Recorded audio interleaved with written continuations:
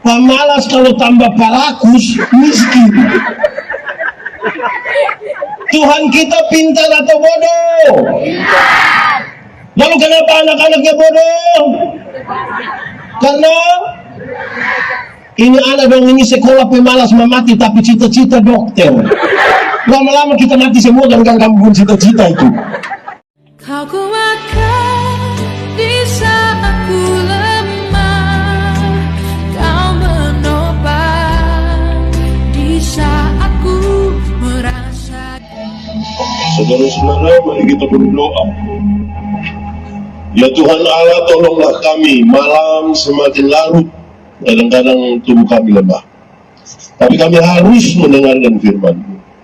Karena itu hanya Roh Kudus-Mu yang akan menolong kami semua, supaya mendengarkan dengan baik, merenungkan dengan baik, dan oleh kekuatan Roh Kudus, kami dimampukan menjadi pelaku-pelaku firman-Mu.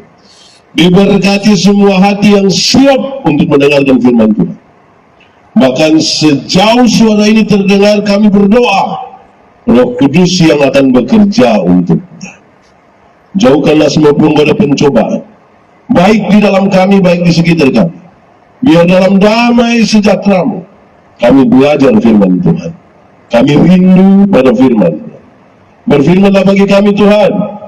Di dalam nama Yesus, firman yang hidup itu kami berdoa. Amin. Mari silakan duduk semuanya. Bapak Ibu Saudara-saudara, Shalom. Tema kita di 3 hari ibadah penyegaran iman ini adalah carilah Tuhan maka kamu akan hidup. Amos pasal 5 ayat yang ke-6. Mari buka Alkitab. Amos pasal 5 ayat yang ke-6. Yang sudah dapat katakan amin. Amin betul. Tidak buka juga amin. Itu tipu itu. Amos pasal 5 ayat yang ke-6. Karena hanya ada satu ayat, mari kita baca sama-sama. 1, 2, 3. Carilah Tuhan maka kamu akan hidup, supaya jangan ia memasuki keturunan Yusuf bagaikan Nabi yang memakannya habis dengan tidak ada yang memadamkan bagi Betel. Demikian firman Tuhan. Berbahagia setiap orang yang mendengar firman, memelihara dan melakukan dalam hidup setiap hari. Shalom. Buat sedikit. Shalom. Berkhotbah di kurang lebih jam 9:30 malam itu saya curiga. Yang paling saya curiga itu adalah anggukan kepala dari saudara-saudara. Hanya ada 2 model anggukan. Kalau anggukan itu tetap dengan tempo tetap, sekalipun tutup mata itu pasti masuk. Kalau dia pun cara mengangguk bilang begini, masuk. Tapi kalau dia punya tempo berubah-ubah, turunnya cepat, naiknya tiba-tiba. Turunnya pelan, naiknya tiba-tiba, jadi dia turun ke begini. Oh, itu tidak masuk. Itu tidak masuk. Jadi masing-masing siap hati baik-baik. Aman kok? Ada sukacita? Amin. Saudara, 2 kata kunci dari tema kita adalah hidup dan cari Tuhan. Saya mulai mengatakan begini, setiap kali saya berkhotbah tentang hidup, saya ingat kisah ketika saya masih melayani di Sabu. Saya tanya anak-anak sekolah minggu di Sabu, anak-anak, oh iya di Sabu dan di Kupang sama. Anak-anak, apa beda orang hidup dan orang mati? Orang jawab banyak, tapi 3 jawaban ini menarik. 1, orang bilang, Pak Pendeta, orang hidup itu bisa pergi ke gereja, tapi orang mati tidak bisa pergi gereja. Betul? Betul? Memang betul tidak ada orang mati yang bisa masuk gereja. Siapa yang sudah mati, kita belum kubur pas hari Minggu, terus dia bilang, mau saya pergi gereja. Tidak. Yang mati tidak pergi gereja. Amin. Tapi kemudian saya bilang, hei anak-anak, kamu omong yang betul. Kenapa Bapak? Jadi kamu mau bilang kamu pun bapak mama yang pemalas gereja itu bangsu mati? Karena yang bisa pergi gereja orang hidup atau orang mati? Jadi bapak mama yang sudah pergi gereja itu mati kok hidup? Mati kok hidup? Coba angkat tangannya dia pun bapak pemalas pergi gereja. Kamu mulai sembunyi bapak pun kejahatan. Coba angkat tangan yang dia pun mama pemalas gereja. Woi, memang di sini luar biasa, tidak ada yang pemalas. Saudara dengar, pendeta-pendeta gemit itu kalau mau kubur orang mati, waktu peti sudah ada di dalam kuburan, pendeta selalu mengucapkan begini, kita akan memakamkan jenazah ini sambil percaya pada kata-kata Tuhan Yesus. Tuhan Yesus berkata, akulah kebangkitan dan hidup. Barang siapa percaya kepadaku, dia akan hidup sekalipun dia sudah. Yang percaya Tuhan, yang tinggal di dalam Tuhan pasti hidup sekalipun sudah. Tapi yang tinggal di luar Tuhan, yang tidak percaya Tuhan, sekalipun ada hidup, sesungguhnya dia sudah mati. Yang di sekitar sini hidup semua. Yang di sebelah kiri hidup semua. Yang di sebelah kanan sana hidup semua. Mantap, berarti besok gereja penuh. Amin. Mantap. Kedua dia bilang begini, pendeta, orang hidup itu Bapak, dia bisa makan, bisa, tapi orang mati tidak bisa makan. Betul? Memang betul. Tidak ada orang mati bisa makan. Siapa yang mati 3 hari kita belum kubur, terus dia bangun dia bilang, hai, bubur jubai tidak bisa, orang mati tidak bisa makan. Amin kok. Tapi coba saudara pergi tanggal 24 Desember, 31 Desember, pergi di kuburan di mana? Di Kapadala. Tahu Kapadala? Di mana? Di mana coba? Ada apa di sana? Saudara lagi 24 Desember itu kuburan itu. Itu kalau dia pun bapak biasa makan daging ayam, dia bawa memang ayam 1 ekor. Bapak biasa makan ikan, dia bawa 1 ekor. Asam lagi. Dia pun bapak biasa minum sopi, dia bawa 1 botol, dia bawa 1 gelas, sisa dia yang minum. Orang mati bisa makan, kok tidak? Lalu kenapa bawa pergi kuburan? Siapa yang makan? Makanya orang tua kalau masih hidup kirim beras. Amin kok. Di sini ada yang biasa kirim beras ke orang tua, baru orang tua ganti uang. Anaknya apa kok? Orang tua masih hidup itu yang kirim beras. Ini orang tua selama hidup orang tidak kirim beras. Orang tua mati baru membawa babi besar. Itu utang. Sampai situ sengaja pukul babi pun perut. Lihat ini manusia makam puji begini. Di Kupang ada, di sini ada. Dia ada ikut ibadah. Dia pakai baju warna biru. Orang tua masih hidup itu beli memang jas, kasih dia, tahu jas? Beli memang dia pakai.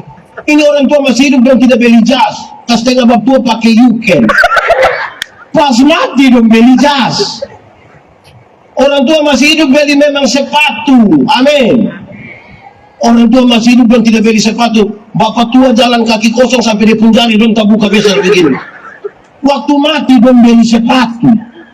Sepatu mana mau masuk di jari tak buka begini. Ketiga, dia bilang Pak Pendeta, orang hidup itu bisa beromong Bapak, bisa tapi orang mati tidak bisa beromong. Amin. Memang orang mati tidak bisa beromong. Sebab kalau orang mati bisa beromong, pasti pas dia mati kita mau ganti dia pun pakaian, buka dia pun baju pas sampai sini. Woi. Tapi karena orang mati tidak bisa beromong. Amin. Saudara, tapi saya keliling ini semua negeri, di NTT pun semua saya keliling.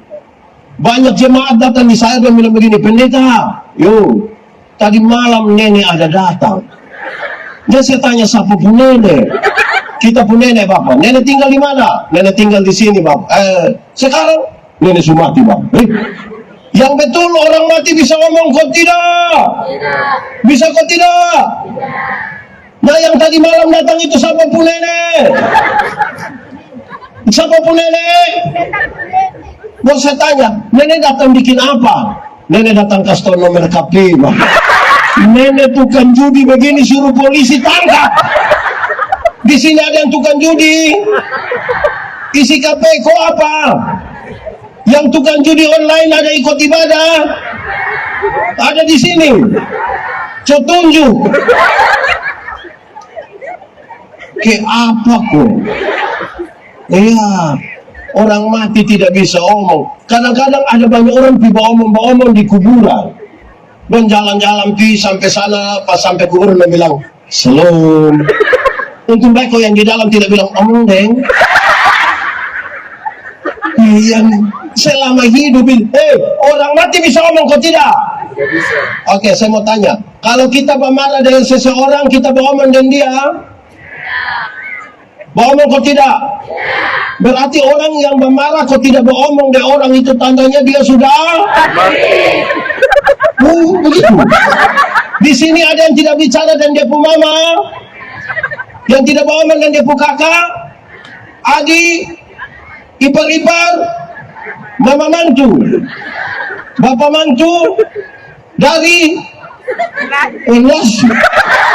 Jadi kita pun bapak mantu harus enlas begitu. Kayak apa kok? Oke. Bicara tentang hidup saudara, ada dua kehidupan. Satu kehidupan di dunia, satu kehidupan di mana? Satu kehidupan di dunia, satu kehidupan di surga.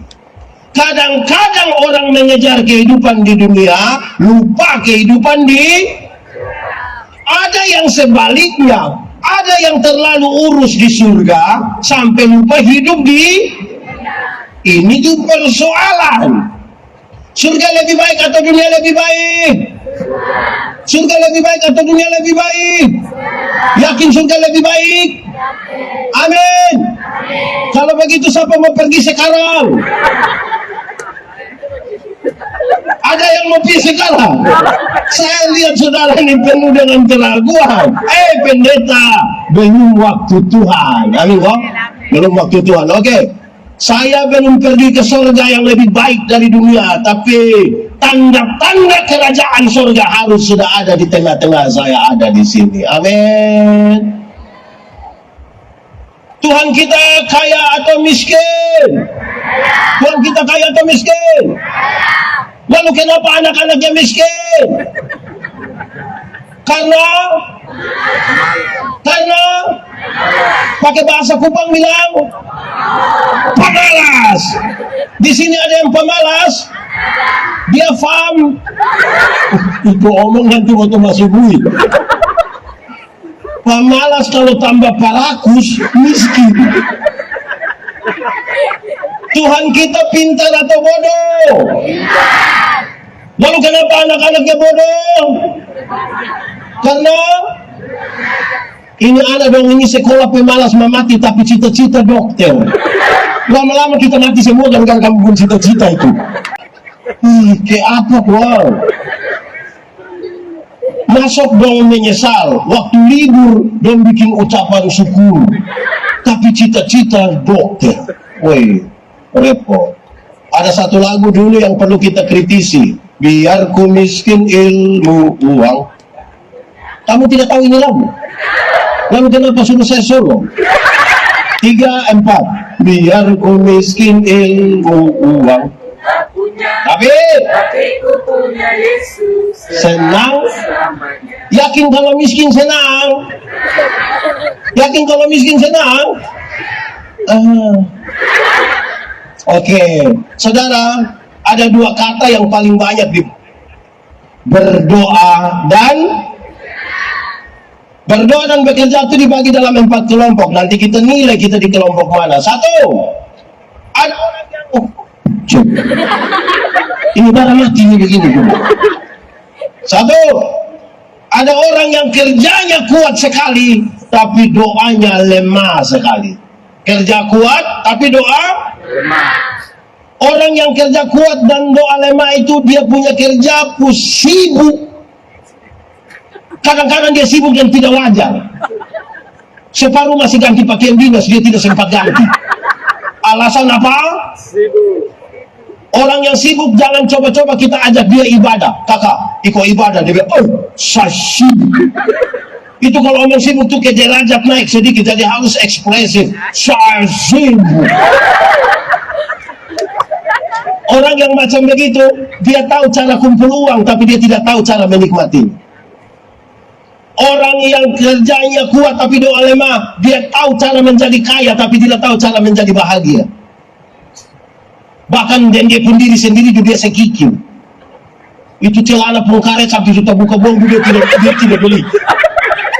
Kau diri sendiri dia sekikir lah bagaimana? Di sini ada yang begitu.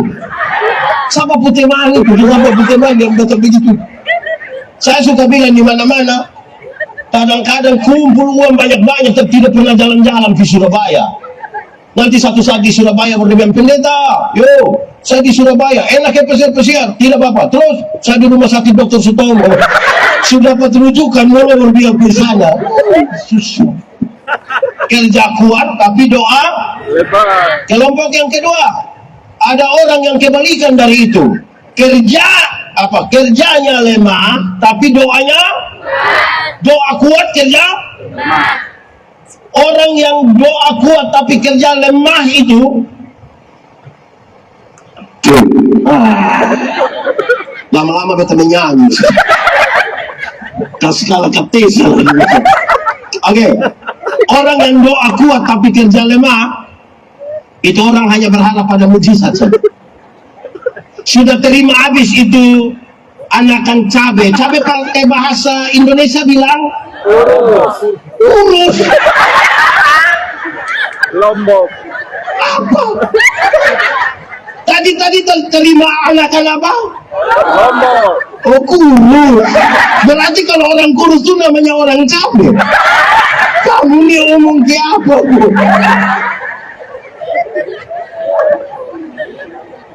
Sudah terima itu anakan cabe tapi tidak tanam. Nanti bilang, kenapa tidak tanam? Pak Pendeta, kita berdoa saja. Nanti cabe akan turun. Iya, dia turun di engkau mata. Saudara, mujizat ada, tapi saya tidak sarankan saudara untuk berharap pada mujizat, karena itu Tuhan punya area. Iblis bilang, Yesus, kalau engkau anak Allah, rubah batu itu jadi roti supaya engkau makan. Tuhan Yesus rubah kau tidak? Tapi dia bisa rubah kau tidak? Nah, kenapa dia tidak mau rubah?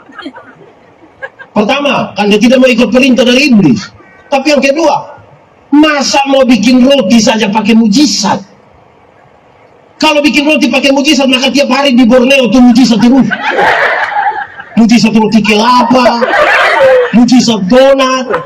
Nah, tidak usah ada UMKM lagi. Mujizat saja. Jemaat, di sini tidak ada jemaat. Jemaat. Orang etlabora artinya Berdoa dan bekerja. oh, itu dia punya nilai hanya 75. Kalau orang etlabora berdoa dan bekerja, dia punya nilai hanya berapa? 75. Mau yang 100? Mau? Bayar. Yang 100 orang etlabora artinya berdoa dan bekerja keras. Orang etlabora artinya Berdoa dan bekerja keras. keras. Tambah itu kata keras di belakang. 1, 2, 3. Orang etlabora artinya Berdoa dan bekerja keras. jangan balik doanya yang keras-keras, kerjanya noe-noe. Tidak ada hasil. Cabai nanti jadi tomat. Berdoa dan bekerja Keras. kelompok yang ketiga, orang yang doa lemah, kerjanya juga lemah. Si doa lemah, Bekerja. di sini ada yang doa lemah, kerja lemah. Orang yang kerja lemah dan doa lemah itu sesungguhnya tidak ada lagi di dunia. Karena siapapun yang di dunia, dia tahu apa yang harus dia kerjakan, apa yang harus dia doakan. Orang yang kerjanya lemah dan doa lemah, biasa dia ucapkan ini kalimat, Pak Pendeta, hidup itu mengalir saja. Pernah dengar itu kalimat? Atau sendiri omong? Saudara setuju dengan itu kalimat? Hidup itu mengalir saja. Setuju? Kalau saya tidak setuju. Mengalir itu pakai prinsip air, bergerak dari tempat yang lebih tinggi ke tempat yang lebih. Nah, kalau dia mengalir menuju lubang WC, mau biarkan. Hidup ini kita yang tentukan. Amin. Bangun tidur, satu hari itu seorang manusia ambil keputusan antara 300 sampai 1500 kali keputusan, itu berkonsekuensi ke masa depan. Bangun tidur, Mau langsung turun dari tempat tidur atau tarik tambah kain panas, itu keputusan. Bangun tidur, mau berdoa dulu atau foto, itu juga keputusan. Kita semua ini adalah buah dari keputusan masa lalu. Kenapa pendeta Yandi berkhotbah di sini? Karena saya pernah ambil keputusan kira-kira 29 tahun lalu untuk sekolah teologi. Kenapa saudara punya istri itu, saudara itu, punya suami itu? Ya karena pernah ambil keputusan. Atau siapa yang bilang, Pak Pendeta, saya betul-betul tidak tahu, saya tidak tahu. Saya tidak begini, sadar, gitu sebelah. Tidak, karena ambil keputusan. Betul atau tidak? Nah itu. Orang yang mendua hati tidak akan pernah tenang dalam hidupnya. Seorang perempuan dewasa umur 28 tahun belum nikah, kalau ada dua laki-laki suka dan dia, yang harus dia lakukan adalah ambil keputusan. Bukan tiap malam ini parah itu. Keputusan. Kamu beritahu. Saudara, terakhir keempat. Orang yang kerja kuat sekaligus doanya juga kuat. Orang yang kerja kuat dan doa kuat, dia tahu kapan harus bekerja, kapan berhenti bekerja, kapan menikmati hasil pekerjaan, kapan bersama dengan keluarga, dan kapan dia harus berdiam diri untuk membiarkan Tuhan bekerja atas apa yang tidak bisa dia kerjakan. Nikmat tahu. Tuhan menyiapkan masa depan bagi anak-anak kita. Amin. Saudara aminkan? Amin. Betul, saya juga amin. Tapi yang antar itu anak berhenti sekolah, siapa yang antar? Tuhan kau orang tua? Atau siapa di antara kita yang karena dia terlalu sibuk, pagi-pagi dia berdoa, Tuhan, saya sibuk ya Tuhan, tolong jemput adik dong. Tuhan yang jemput pulang menangis, Bapak. Karena itu kerjakan bagianmu dengan baik. Selebihnya Tuhan yang oke, baik. Amos. Di sini ada yang nama Amos? Ada yang nama Amos? Ada. Nah, Amos apa? Di sini ada yang nama Amos. Anak muda masih ada yang nama Amos. Kampung nama apa? Jackie Chan. Kita buat anak dong pun nama ini gara-gara dia pun apa dong. Oke. Amos. Orang dari Yehuda di bagian selatan. Dari satu kampung kecil di daerah selatan lagi. Selatan lagi di selatan. Tapi Tuhan pakai dia. Ini dia hanya seorang petani. Tapi Tuhan pakai dia untuk bernubuat di perbatasan, bahkan di wilayah kerajaan utara di Samaria. Saya ingin bilang di pertama bahwa jangan saudara pikir karena dilahirkan sebagai orang kecil, lantas saudara tidak bisa sukses ke depan. Kita mungkin lahir miskin, tapi untuk kemudian menjadi miskin atau kaya itu kita yang ambil keputusan. Kenapa lihat saya? Baik. Keputusan ada di kita. Dia pergi ke daerah yang sesungguhnya asing bagi dia. Berhadapan dengan sebuah tempat di mana kemakmuran itu nomor satu. Waktu Nabi Amos bernubuat, daerah di mana dia bernubuat itu sangat kaya. Ternyata daerah yang subur, yang kaya itu tidak cukup di mata Tuhan. Paling tidak saudara-saudara ada 6 kejahatan yang terjadi dan bangsa itu kemudian dikategorikan sebagai bangsa yang mati. Supaya kemudian ini disebut. Kejahatan macam apa? 1.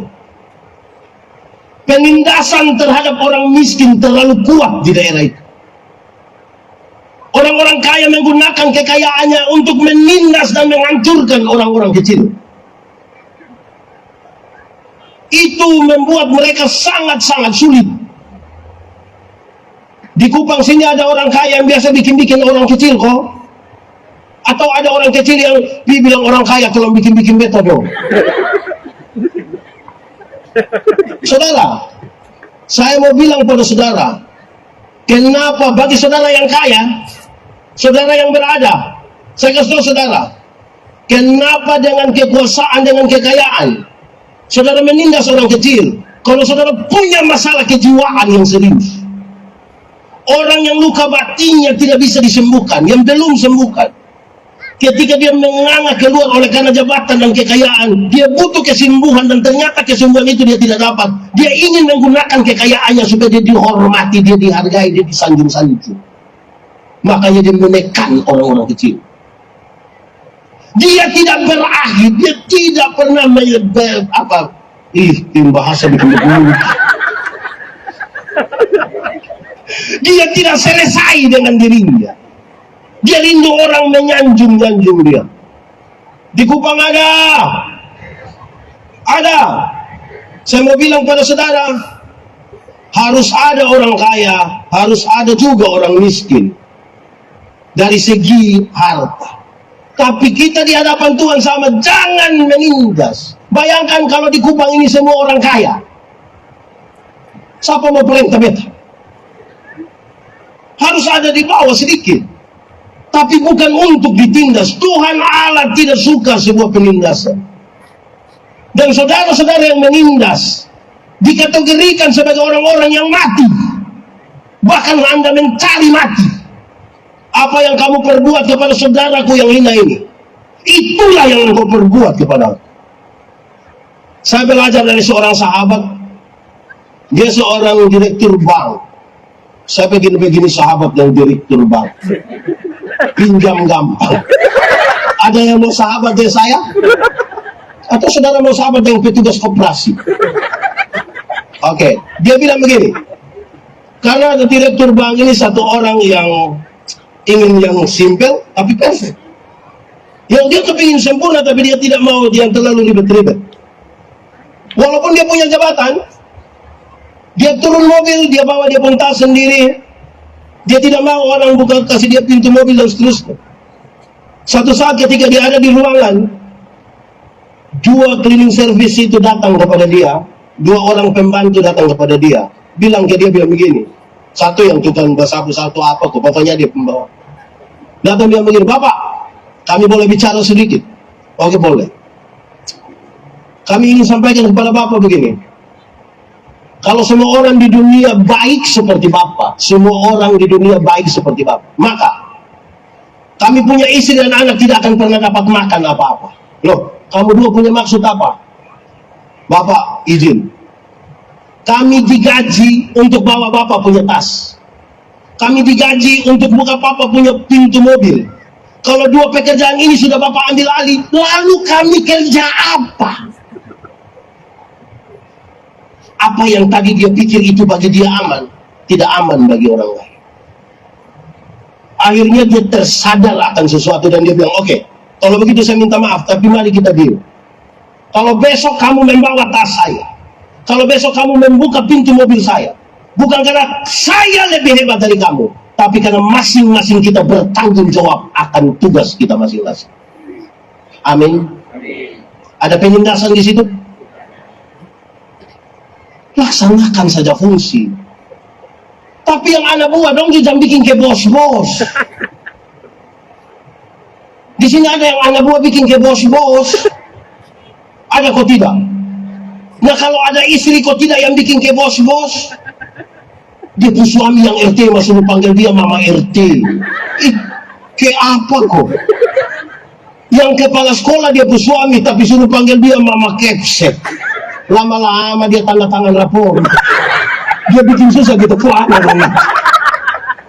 Jadi hidup jangan menindas karena kekayaan. Amin toh. Baru ada uang sedikit, itu pun tuh hasil jual tanah yang orang tua larang jangan jual. Tapi bikin-bikin orang-orang kecil. Kayak apa kok? Kecil itu. Amin kok. Kalau saudara kaya, Tuhan izinkan kepada saudara untuk menjadi berkat. Kaya itu apa? Kaya itu ibarat kita ambil gelas, ambil air, begini, dia nama apa nih? Apa? Doa. Begini dia punya nama apa nih? Tuang nih. Tuanglah. Kalau saudara tuang, dia sudah penuh gelas, dia meluber kemana-mana, itu kaya. Berkat-berkat yang Tuhan percayakan kepada saudara bisa memberkati orang lain, itu kaya. Tapi kalau saudara kumpul dan sekikir terus, miskin Bapak, miskin. Di sini ada orang yang sekikir pakai bahasa Kupang bilang kakek. Nah kakek pakai bahasa Inggris bilang itu beta juding. Saya mau kasih saudara, kaya itu begitu. Ada dua orang berdoa kepada Tuhan minta karunia. Ternyata di Tuhan tinggal dua karunia. Satu karunia memberi, satu karunia menerima. Orang pertama cepat-cepat ambil karunia menerima. Berarti tinggal karunia. Orang kedua sambil garu-garu kepala dia terima itu karunia memberi. Lewat 20 tahun kemudian berjumpa di satu perapatan jalan. Yang punya karunia memberi itu ada duduk di atas mobil mewah, satu tanda sukses sekali. Yang punya karunia menerima itu dia ada duduk kau minta-minta di pinggir jalan. Waktu orang dua baku lihat, ini satu bilang, oi, perasaan itu hari yang kau dapat karunia memberi, kenapa yang kau lebih kaya dari saya? Terus dia jawab begini, kawan, karena Tuhan Allah tahu saya selalu harus memberi, maka kepada saya Tuhan berikan lebih. Kan yang kau mau kasih orang tuh ini dan yang kau sendiri tidak bisa ini. Tapi yang kau itu kan karunia menerima, jadi di mana-mana hanya begini. Pakai patah leher lebar bilang, Bapak hidup ini terlalu mati sudah kalau memang gitu. Lebih banyak di sini karunia memberi atau menerima? Menerima atau memberi? Wah kalau memberi itu jangan memberi politik. Ini tahun ini semua banyak yang karunia memberi. Beri itu harus beri dan tulus. Amin kok. Kalau saudara beri dan tidak tulus itu tidak bisa. Harus rela, suka rela. Sama-sama 1, 2, 3. Suka rela. Itu suka rela itu hanya itu kata, tapi terdiri dari dua kata, suka dan rela. Ada orang suka tapi tidak rela. Ada yang rela tapi tidak. Nah kita ada di mana? Orang kalau memberi tapi tidak rela tuh, katakanlah dia ada baju satu, itu baju kita terbaik su. Pi gereja juga itu baju, pi pasar juga itu baju, orang mati juga itu baju, datang KPI juga itu baju, pokoknya itu baju su. Warna biru itu pokoknya itu. Terus satu saat ada keluarga dari kampung datang, mau acara jadi bilang susi. Bukan Susi di sini kalau Susi itu kakak perempuan. Susi pinjam Susi pembaju biru dong. Terus kita berpikir-pikir kalau mau tolak begitu, orang itu bilang, kasih. Ini yang kau saudara ini, kasih. Besok-besok yang kau susah. Bukan baju yang bantu, keluarga yang bantu. Saudara bayangkan, kalau beri tapi tidak rela. Kasih kita pegang di ujung baru kita bilang, Amet itu hari lu tambah 2.000. Pasti kita pegang Amet itu hari waktu live RB di Facebook lu yang jawab. Lu yang bilang fix sayang, fix. Saudara juga kenal itu fix sayang. Yang PHP owner juga kenal. Ada kok untuk Susi ya.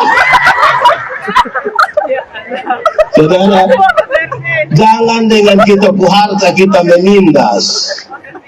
Janganlah dengan kekayaan. Kamu tidak tahu ini lagu? Nah pulang baru menyanyi. Pertama, itu dosa pertama. Kedua, seksualitas.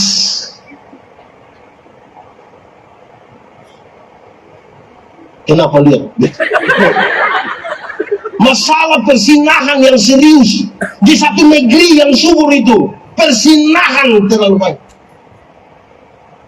Ini cari mati. Amos kemudian nanti membuatkan itu karena sebuah keadaan persinahan yang serius. Saudara tahu bersinah? Bukan tahu itu, bukan. Maksudnya saudara tahu apa itu persinahan? Tahu? Saya mau tanya duluan yang bapak-bapak. Bapak-bapak, di sini tidak ada bapak-bapak. Ini SMA semua. Bapak-bapak, aman kok? Saya baca satu status di Facebook tuh ngeri tuh. Bukan ngeri.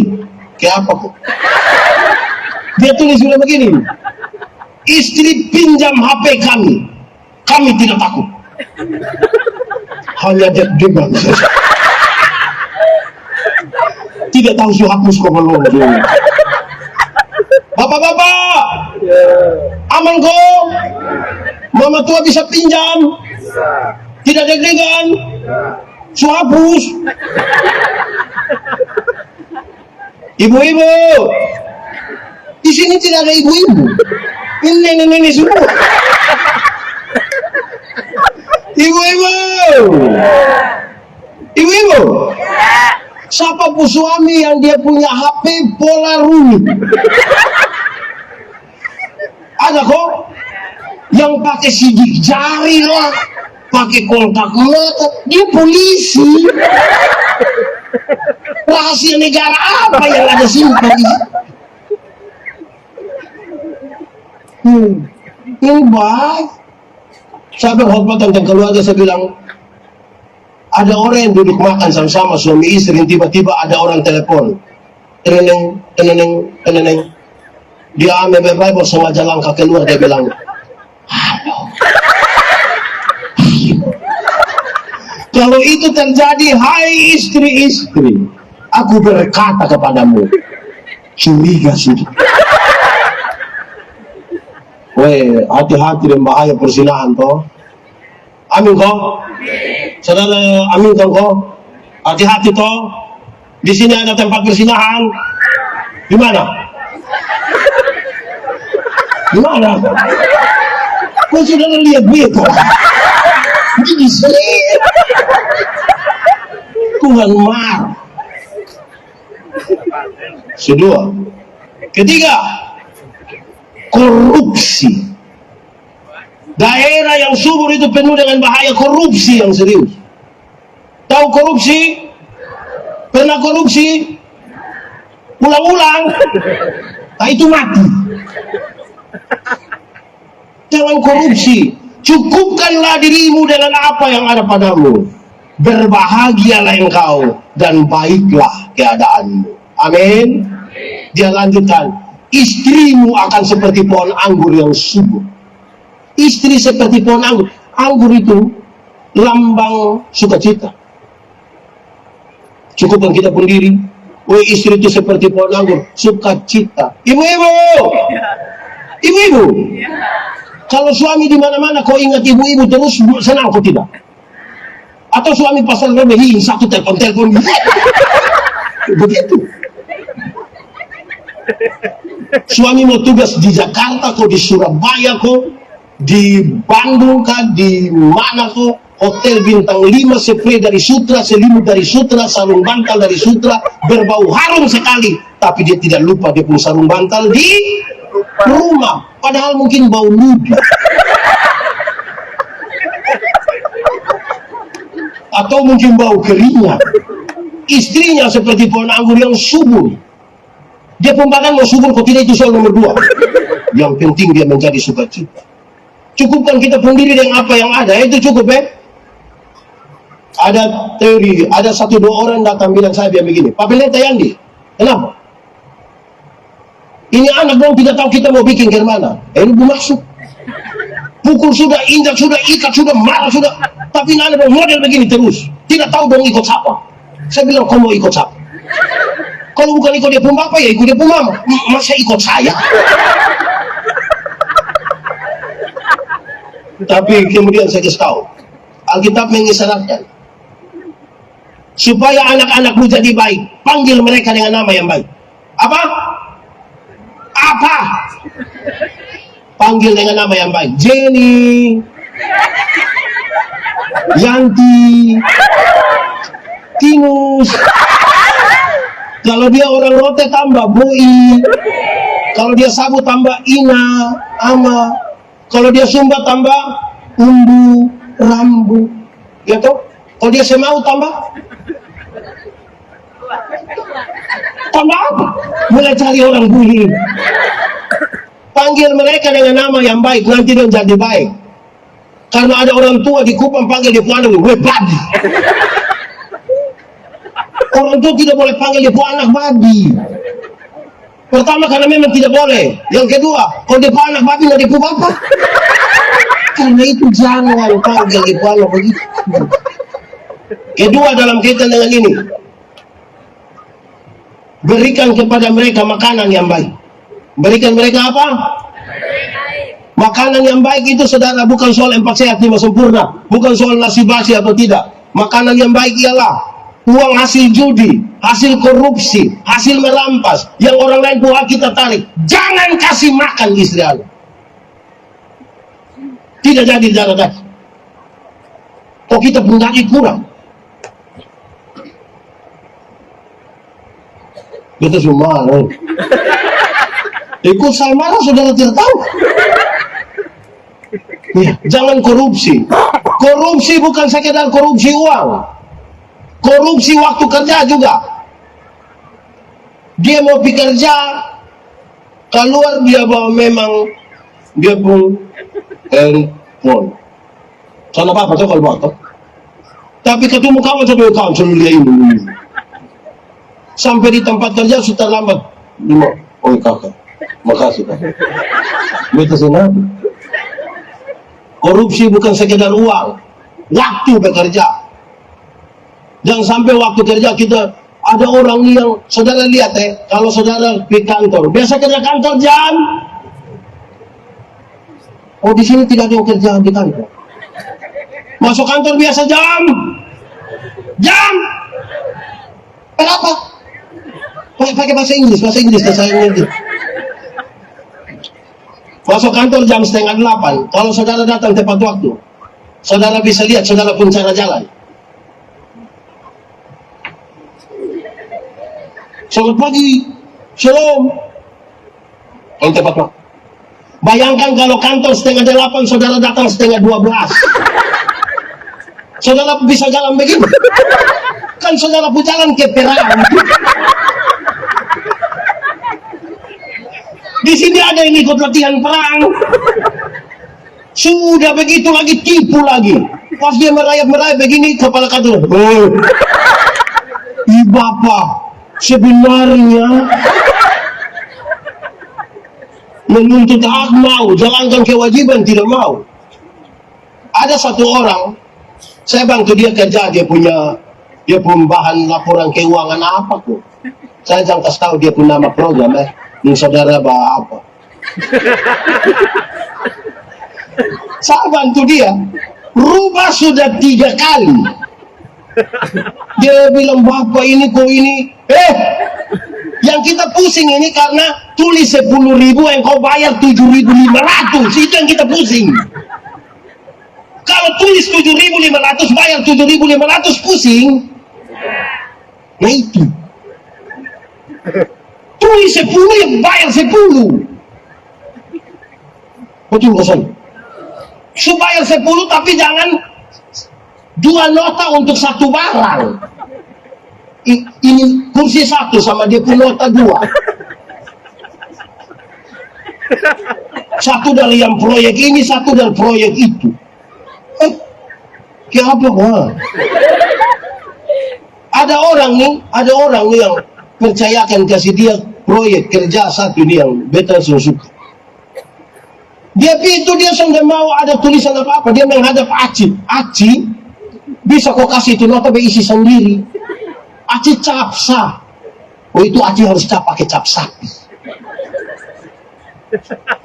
Saudara-saudara, kita semua cari uang. Tidak ada orang tidak butuh uang. Saya juga butuh uang. Ada yang mau kasih? Saya juga butuh. Tapi jangan pakai cara-cara yang tidak benar. Korup itu Tuhan Allah tidak suka. Cukupkan kita pendiri dengan apa yang ada pada kita. Ada yang pernah honor dulu? Atau ini langsung camat semua? Ada yang dulu pernah honor? Kan gaji 400-500 ribu per bulan. Itu pun 3 bulan baru bayar. Habis bulan cuma masih lebih 10 ribu. Heranya sudah diangkat. Gaji pokok tinggi. Tunjangan ini itu lagi. Habis bulan bendahara hanya bawa kertas putih 1 berkas tahu bapak supporter semua. Akhirnya kita pusing. Woi, belajar bersyukur. Betul atau tidak? Bersyukur. Jangan korup. Pak Pendeta, saya tidak korupsi. Oh betul, sudah sebaik. Tapi jangan sampai kita tinggal batu tangga kok orang punya mangga pundahan satu pikir satu rumah. Kok itu dahan kita tidak pernah berbuah. Itu korupsi.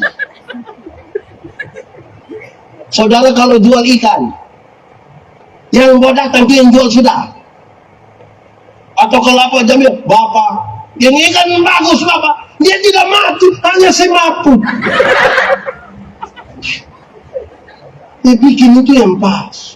Seberapa dosa itu tadi? Seberapa? Berapa? Satu tadi? Apa? Oh, aduh. Satu tadi apa? Penindasan. Dua apa? Yang ketiga?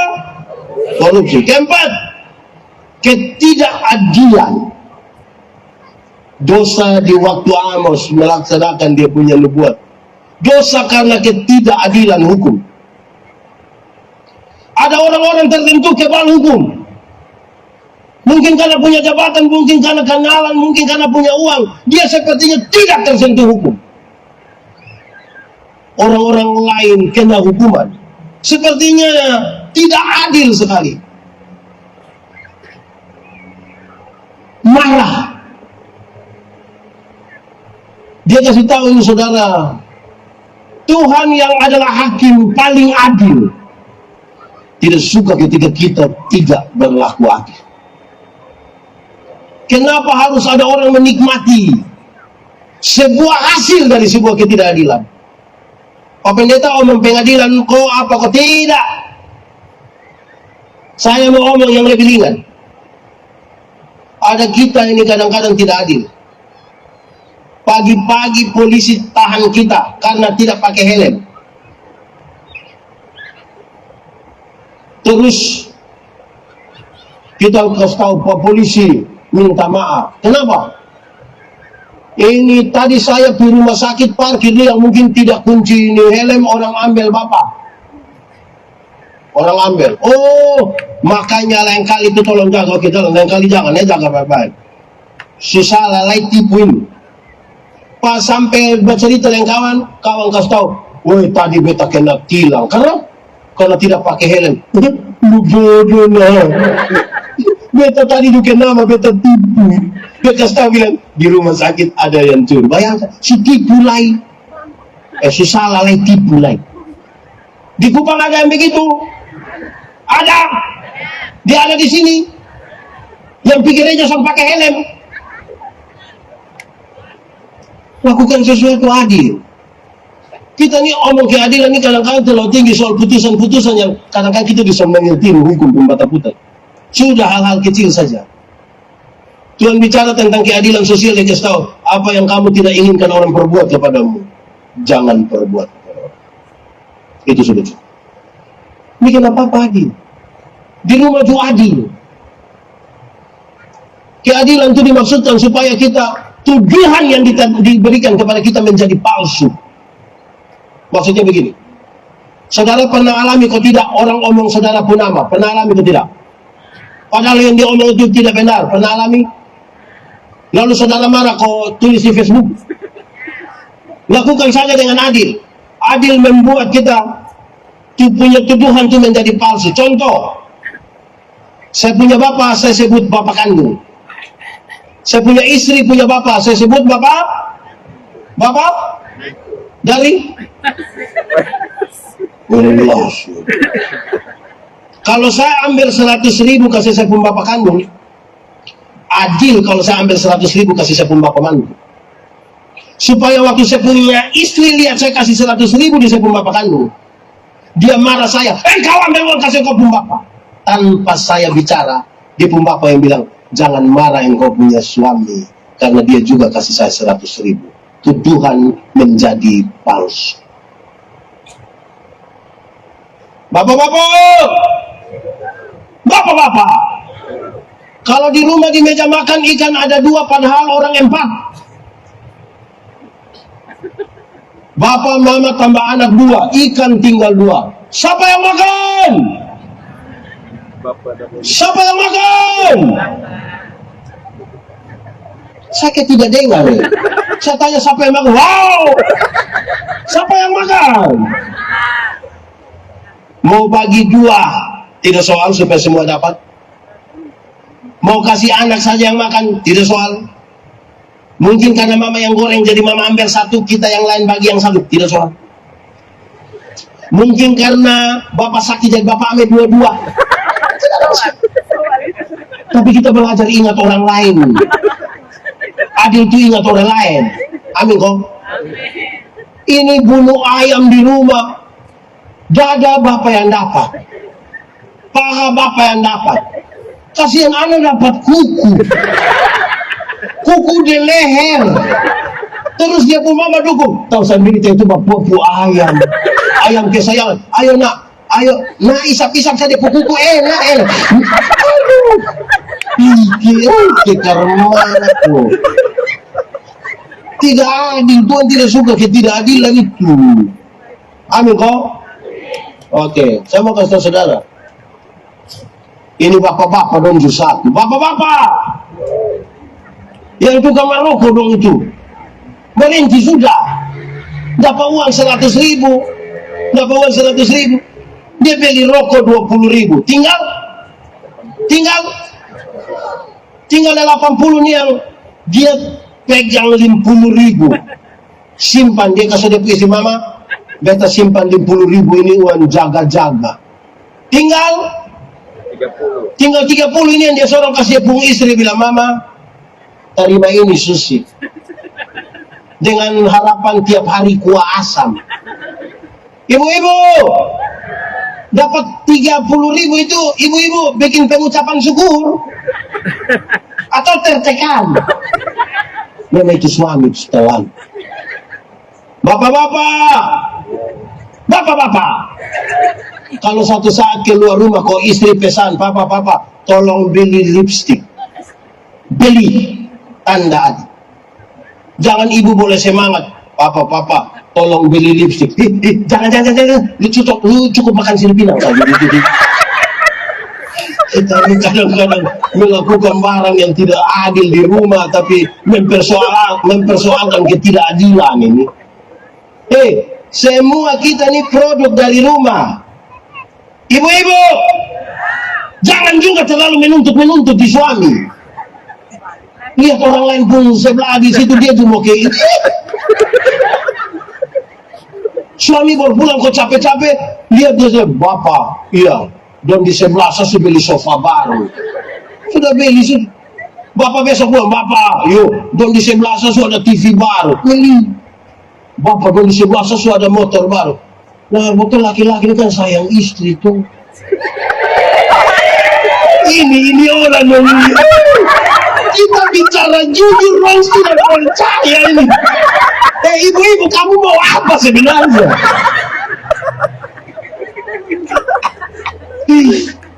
Lama-lama besok suami datang, dia bilang, bapak, yo, bapak di sebelah saya ada istri baru. Mau. Makanya jangan banding kita hidup dengan orang lain toh. Tiap orang itu dia pun berkat sendiri, tapi dia pun masalah juga ada. Sama kayak kita, ada berkat atau tidak? Ada masalah atau tidak? Yang tidak ada masalah itu orang Sumati. Sumati itu kalau dia Sumati mau pakai kacamata atau tidak sudah tidak penting. Di Sumati. 4. 5. Egois. Kepingin menang sendiri itu di satu kota yang subur itu orang egois terlalu banyak. Saudara tahu bahwa orang egois itu sangat sulit untuk duduk bersama-sama karena semua ingin untuk menceritakan kelebihannya. Saya pun contoh ini saudara hafal, tapi saya mau ulang. Orang egois itu suka cerita tinggi. Kalau dia cerita tinggi itu ada 3 orang sama-sama tukang cerita tinggi, sama-sama tukang pancing ikan. Yang satu cerita, kalau kita pancing di sana, baru buang satu mata kail, 3-4 ekor ikan datang sekaligus. Yang dua, oh itu kurang karena kalau kita pancing di sana.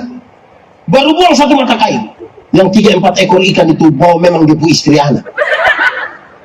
Yang satu bilang kamu 20 kurang bagaimana? Kalau kita pancing di sana, itu kita belum buang mata kail, belum buang. Itu ikan-ikan sudah keluar ke om pancing kita keluar. Saudara bayangkan kalau dorang kita gabung, dorang di satu ruangan kasih tinggal barang 2 minggu. Pulang datang lo sudah bunuh mati. Pulang datang lo sudah bunuh. Mau berkolaborasi apa dengan orang lain kalau hidup dalam egoisme?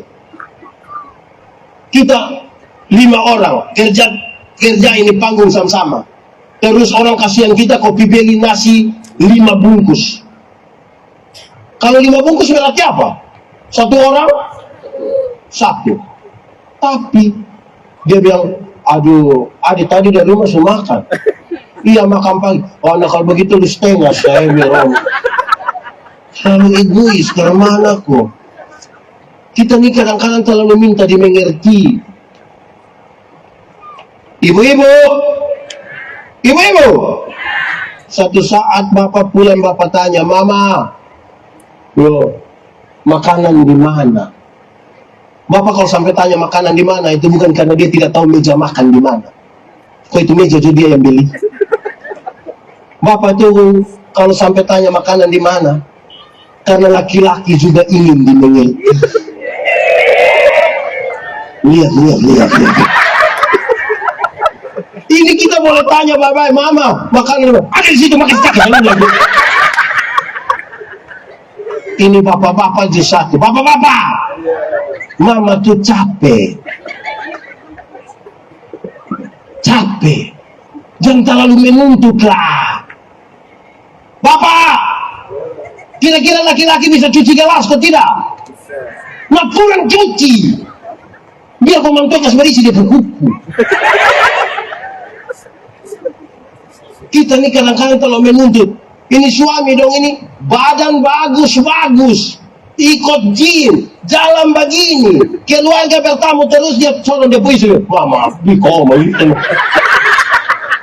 aku orang, seorang istri di muka. Akhirnya orang bilang, bab tua baik, mah dia pembini. Karena ini bab tua pun tidak baik ini. Apa kok, sorong-sorong dia puisi. Ini bapak-bapak dong di satu, bapak-bapak, gaya-gaya kita. Ini anak muda, sudah nikah kok belum? Sudah ada pacar? Kita kasihan dong kamu. Waktu masih pacaran ini belum bisa piko ambil lah. Nih, nona suruh apa? Saya belum bisa laku. Sunika, mama, iya sayang, tolong ambil remote dong. Iya di mana? Ini 50 senti. Kenapa kawinnya orang pemalas begini? Wih, tolong mengerti, bapak-bapak, jangan terlalu menuntut lah, jangan terlalu egois lah. Ibu-ibu tuh capek. Iya kok mama? Capek apa?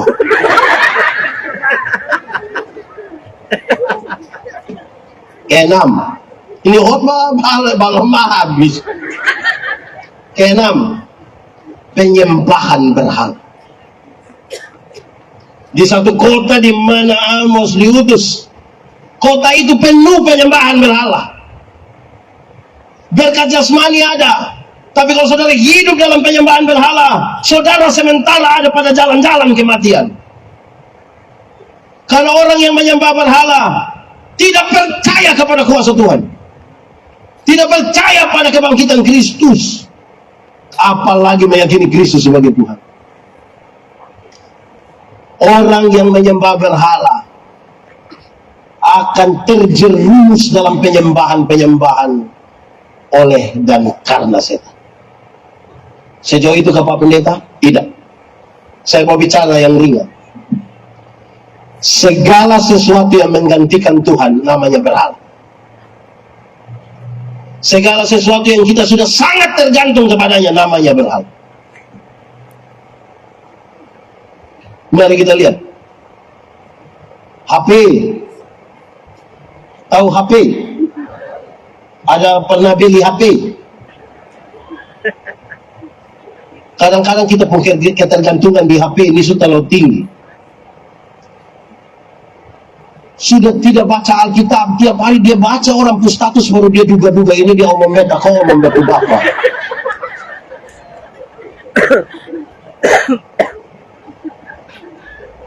HP ini bisa gantikan Tuhan.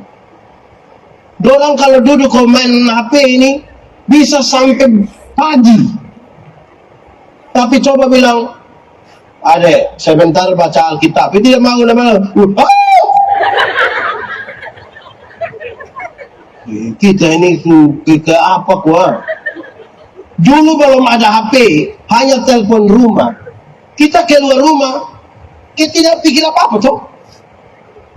Pulang baru anak lo kasih tahu bapak, ada orang telepon, lo kasih ini telepon. Ini kalau dia jalan, baru tiba-tiba lupa HP, kembali kau tidak? Lari, pulang, ambil, ada yang WA, ternyata Telkomsel. Kasih tahu yang sisa kuota Anda. Ini memang kita ini sudah lalu. Ini anak muda kan sudah lalu. Anak muda! Kamu tolong kalau ketemu dengan kami orang tua itu, lepas itu headset itu, lepas. Ketemu kita yang belum tahu begini berduduk paku kaki orang ini.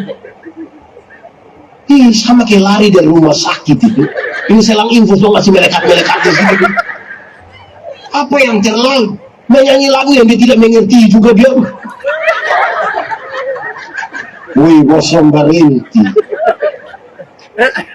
Beta tidak mengkritik orang pelagu, tapi beta potongan khotbah ini beredar luas ketika beta bilang, woi anak muda, anak muda. Kami dulu di zaman kami pelagu itu yang gereja tua. Masihkah kau ingat waktu di desa? Itu waktu kita masih di Semau. Ibadah pemuda. Kita baku antar, baku suka jadi. Iya. Ini ada dong lagu yang itu waktu beta khotbah, ini dong lagu ini kadang-kadang parah. Lagu apa oleh tari bilang, kamu berbohong. Lihat. Orang tikus dong percaya. Kamu lukai. Iya. Coba kau pikir di mana ada apa? Memang tidak ada, kamu saja mau bikin tidak ada itu. Dia berlanjutan lagi parah. Kau tinggalkan aku, kau dengan yang lain. Itu gila. Orang dengan orang lain kamu setia. Kayak apa kok? Jadi kadang-kadang kita omong berhala ini terlalu jauh sampai soal penyembahan. Hal-hal kecil ini buat kita sangat tergantung sampai kita sepertinya sudah tidak butuh Tuhan lagi. Ada beberapa anak satu dia putus cinta, bukan beberapa anak yang beberapa anak.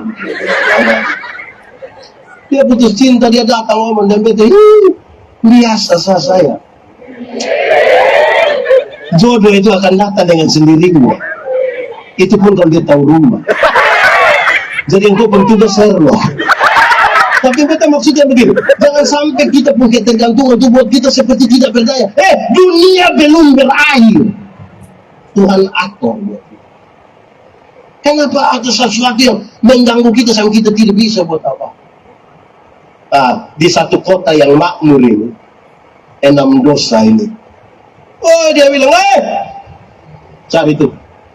Kalau kamu hidup di sini, dalam perlakuan semena-mena terhadap orang miskin, dalam kejahatan seksual, atau tindakan seksual yang tidak berkenan kepada, atau kalau kamu korupsi, kamu egois, kamu tidak adil, penyembahan berhala, kamu sementara ada pada jalan-jalan. Di bagian terakhir saya mengajak kita merenungkan hidup. Kalau Tuhan izinkan kita hidup, dia mau kita apa? Berbuah. Kalau dia mau kita hidup, dia mau kita apa? Berbuah. Dalam hal inilah Bapakku dipermuliakan, yaitu jika kamu berbuah. Dan buahmu itu tetap, supaya apa yang kamu minta kepada Bapa dalam namaku, diberikannya kepadamu. Saudara, ini pertanyaan yang pernah saudara dengar, tapi saya tanya ulang. Berbuah bagi Tuhan gampang kok susah? Omong! Berbuah bagi Tuhan gampang kok susah? Susah kok gampang? Gampang kok susah? Gampang! Ranting yang melekat pada pohonnya, buah keluar dengan sendirinya tanpa disuruh. Ada orang rindu berbuah, tapi tidak melekat kepada pohon kehidupan. Akhirnya dia punya buah ada, tapi buah plastik. Pernah lihat lemon plastik? Pernah? Pisang plastik? Avokat plastik? Enak. Di pohon, pernah lihat pohon? Tanpa kita. Saudara pernah lihat pohon mangga? Pernah lihat pohon mangga yang berbuah? Pernah saudara lihat orang ancam pohon mangga supaya berbuah? Siapa di antara kita yang pernah ancam mangga, saya mau dia mangga berbuah? Buah keluar dengan sendiri tanpa disuruh. Tapi kita itu tidak. Di pohon yang cari makanan di pohon itu apa coba? Apa? Akar. Terus akar kirim di mana? Lewat di daun lewat. Di daun ada proses apa? Selfie. Ada fotosintesis. Terus mulai bagi-bagi itu barang mau berbuat. Kemudian sendirinya asal mereka. Anak sekolah minggu saya tahu. Yesus pokok dan kita. Ulang pakai tepuk tangan 3, 4. Yesus pokok dan kita tinggallah di dalamnya. Lebih kuat. Yesus pokok dan kita jangan cepat. Yesus pokok dan kita caranya, tinggallah di dalamnya. Pasti apa? Pastilah akan berbuah. Saya akhiri khotbah ini saudara, supaya saudara hidup. Saya mau kasih saudara, carilah Tuhan, tapi dia kasih tahu kekristenan itu ada 3 tingkat. 1, yang paling bawah, beragama tapi tidak beriman. Ada agama tapi tidak beriman. Orang baptis dia juga baptis, orang sidi dia juga sidi, orang pi perjamuan dia juga pi, tapi tidak beriman. Beragama tapi tidak beriman. Kedua, bertobat tapi tidak pernah berbuah. Tingkat yang paling tinggi ini, kalau kamu hidup, yang paling tinggi adalah berbuah. Kalau Tuhan izinkan kita hidup, dia mau kita berbuah. Kasih sukacita dan seterusnya itu harus ada. Kalau saya khotbah tambah yang ini 9, saya yakin kita akan mengangguk dengan tempo yang parah. Mari tunduk kepala di hadapan Tuhan. Kita angkat hati kita kepada Tuhan. Firman Tuhan berkata, kalau kamu dengar suaranya, jangan keraskan hati. Minta Roh Kudus lembutkan setiap hati yang keras. Tuhan jamah kita, Tuhan pulihkan, Tuhan ubahkan kita. Dan biarlah apa yang Tuhan mau kita nikmati dalam hari-hari hidup kita. Satu hal yang pasti, dalam persekutuan dengan Tuhan Allah tidak ada jeripaya yang sia-sia, tidak ada. Tuhan sudah lebih duluan bekerja atas kita, dan dia mau yang terbaik bagi kita. Nikmati 1-2 menit bersama Tuhan. Mari katakan satu hal kepada Tuhan dengan jujur. Ingat, manusia bisa kita tipu, tapi Tuhan tidak bisa kita tipu. Dia lihat sampai ke kedalaman jiwa kita. Dia sungguh-sungguh tahu siapa kita di hadapan Tuhan. Nikmati saja 1-2 menit ini. Tuhan Yesus, terima kasih banyak. Engkau sangat baik, kami merenungkan firman. Engkau mengajarkan kepada kami, hamba-Mu selesai bicara, tapi Roh Kudus-Mu akan mengajarkan lebih lagi dalam kami. Biar bertumbuh dan berbuah dalam hidup kami. Biar firman-Mu jadi pelita bagi kaki kami dan terang bagi jalan kami. Supaya kalau kami pulang dengan sukacita, bukan karena kami tanpa masalah, tapi karena kami tahu Tuhan Yesus yang baik, tidak pernah biarkan kami sendiri. Terpujilah nama Tuhan. Terpujilah nama Tuhan. Di dalam nama Yesus kami berdoa. Yang percaya sama-sama kita katakan.